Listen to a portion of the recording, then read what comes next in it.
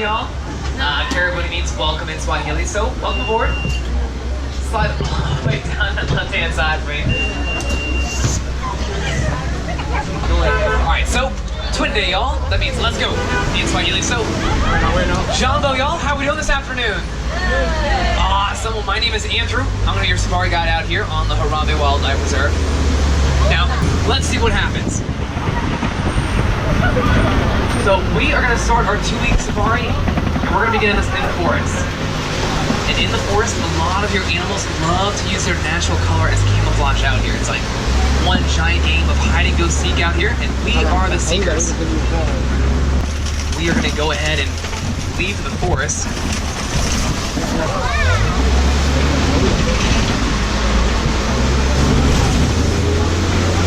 And then we're going to dive right on into the Savannah River Basin.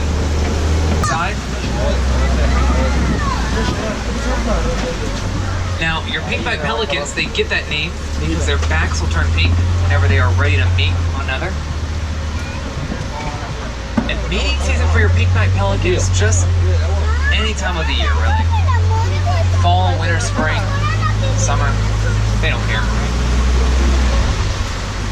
However, when they do mate and lay an egg, both your male and female will actually nest on the egg, which is pretty uncommon for a bird.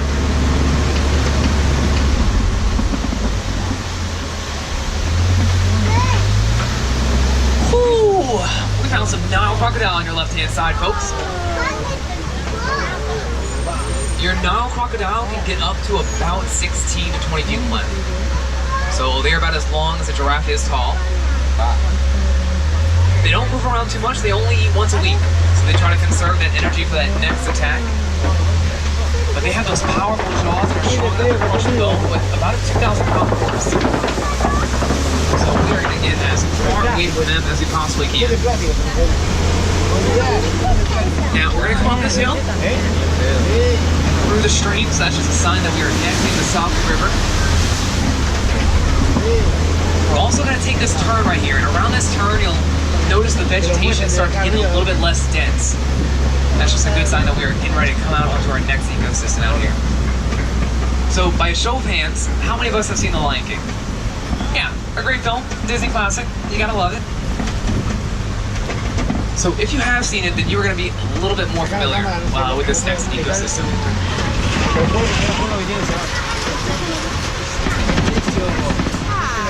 So this is your savanna. Your savanna is basically just a huge open field where a lot of your animals love to roam around and interact with each other. It's also where you might find some of those more popular animals like giraffes and elephants and zebra. Speaking of those predators, if you look on your left-hand side real quick, you're going to see that spotted hyena on top of that cave or den.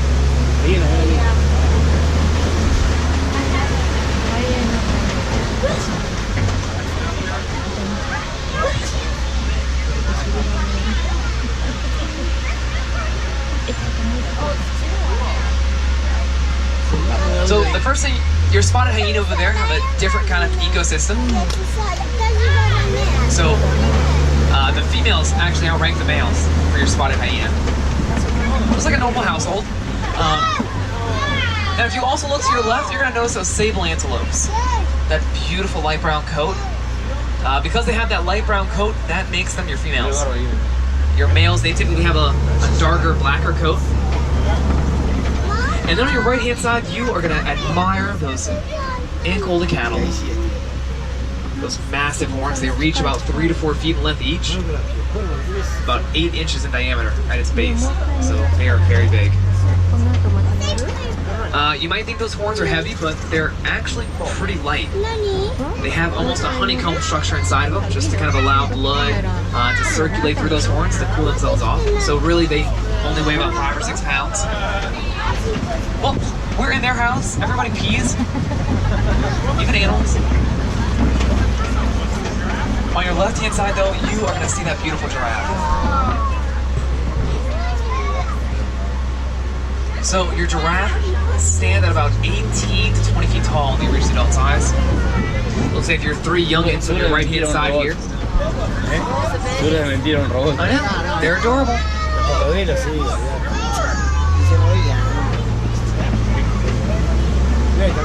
The youngins on your right, some more adults on your left-hand side. Now, your giraffe use that height to kind of see out over the savannah, a little vantage point for them. They also have another pretty strange advantage. Your giraffe only sleep about 30 minutes a day, so not very long at all. About how old? So when they reach the full 18 to 20 years, the full 18 to 20 feet tall, they're usually about 12 to 15 years of age. The youngins, though, they look still pretty small, so I think they're only about a year and a half to 2 years. So they're still little youngins.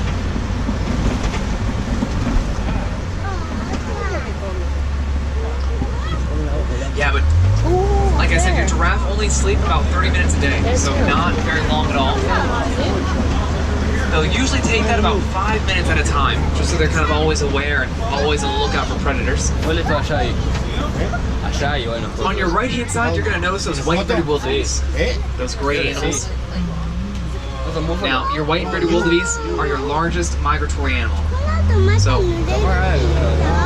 they love to stay close to one another. It's like one giant clique. And that clique usually grows to about 1.5 million. That's how much they stay together with.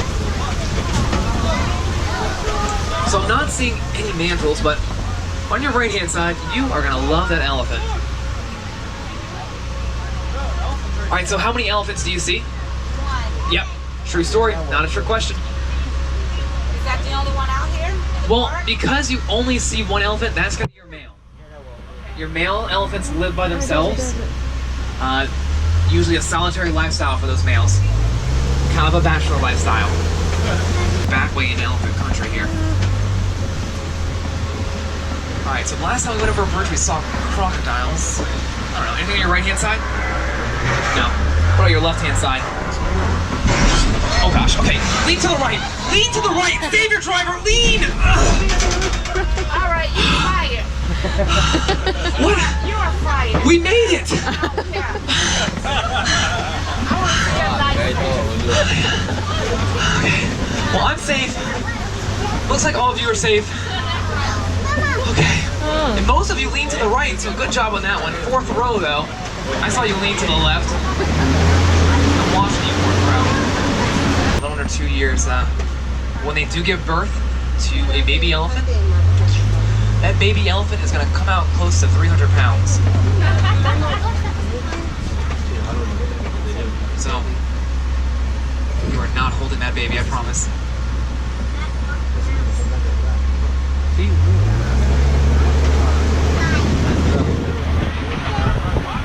Now, hopefully you'll notice that elephants have those trunks on their faces.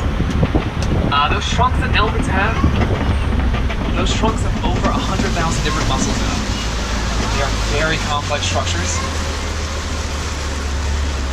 In fact, it takes a baby elephant about 2 years to fully learn how to work that trunk. You're gonna see that baby elephant on your front left over here.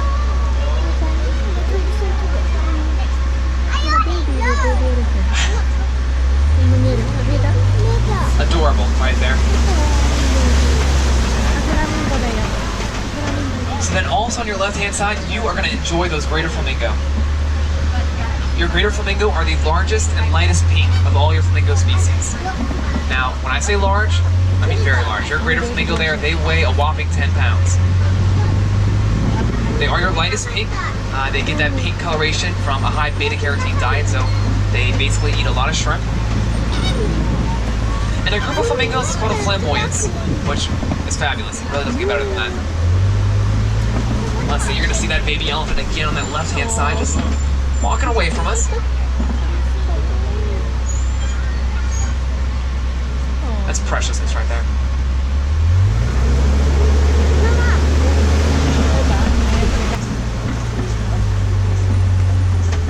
Okay, so this rock formation here is usually the hot spot for a lion or two.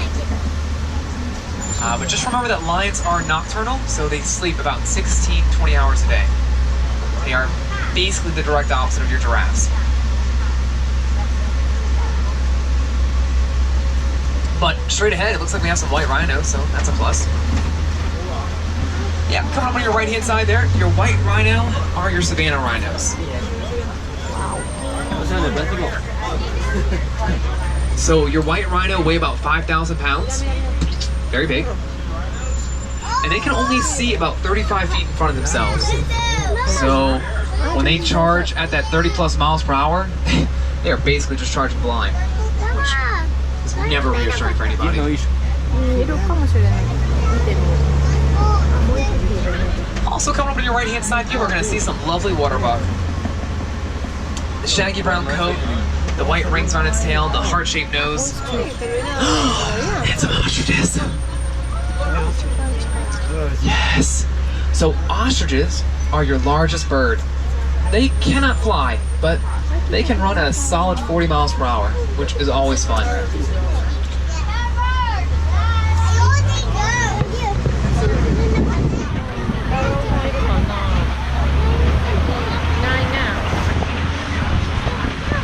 Oh, your male lion. Sleeping, like I told you. But there he is. Your male lion has that beautiful mane. The mane serves two purposes. The first one is to protect its neck when it's fighting. That second purpose is just to attract females, basically, because what female doesn't like a big mane? A male lion's roar can be heard for about 5 miles, so a very powerful roar, just so it can kind of make other people or other predators or prides aware of its territory. Before we get to the zebras, you'll notice those warthogs on your left-hand side taking a snooze. They look all the way back there. They look like little rocks. And then you're going to enjoy those zebras on your left-hand side here. Now, zebras have those stripes on their bodies that are pretty unique to each zebra. In fact, no two zebras have the same pattern. It's kind of like a fingerprint for them. They are so photogenic. Good for you, zebra. They'll actually use those stripes for camouflage purposes, just to create the illusion that there's more of them. Again, your ostrich on your right-hand side. God, I love you, ostriches. Some ostrich eggs as well on your right-hand side. That's a nice little bonus. Sweet. This is your desert dweller. Your scimitar horned oryx can actually go about 9 months without a sip of water. They can even raise their own body temperature to 115 degrees, which comes in handy for those hot times. Also on your right-hand side, you're going to enjoy those two little yellow-billed stork. They have a wingspan of about 5 feet. They are carnivorous, so they'll eat your frogs, snakes, and other small birds as part of their diet.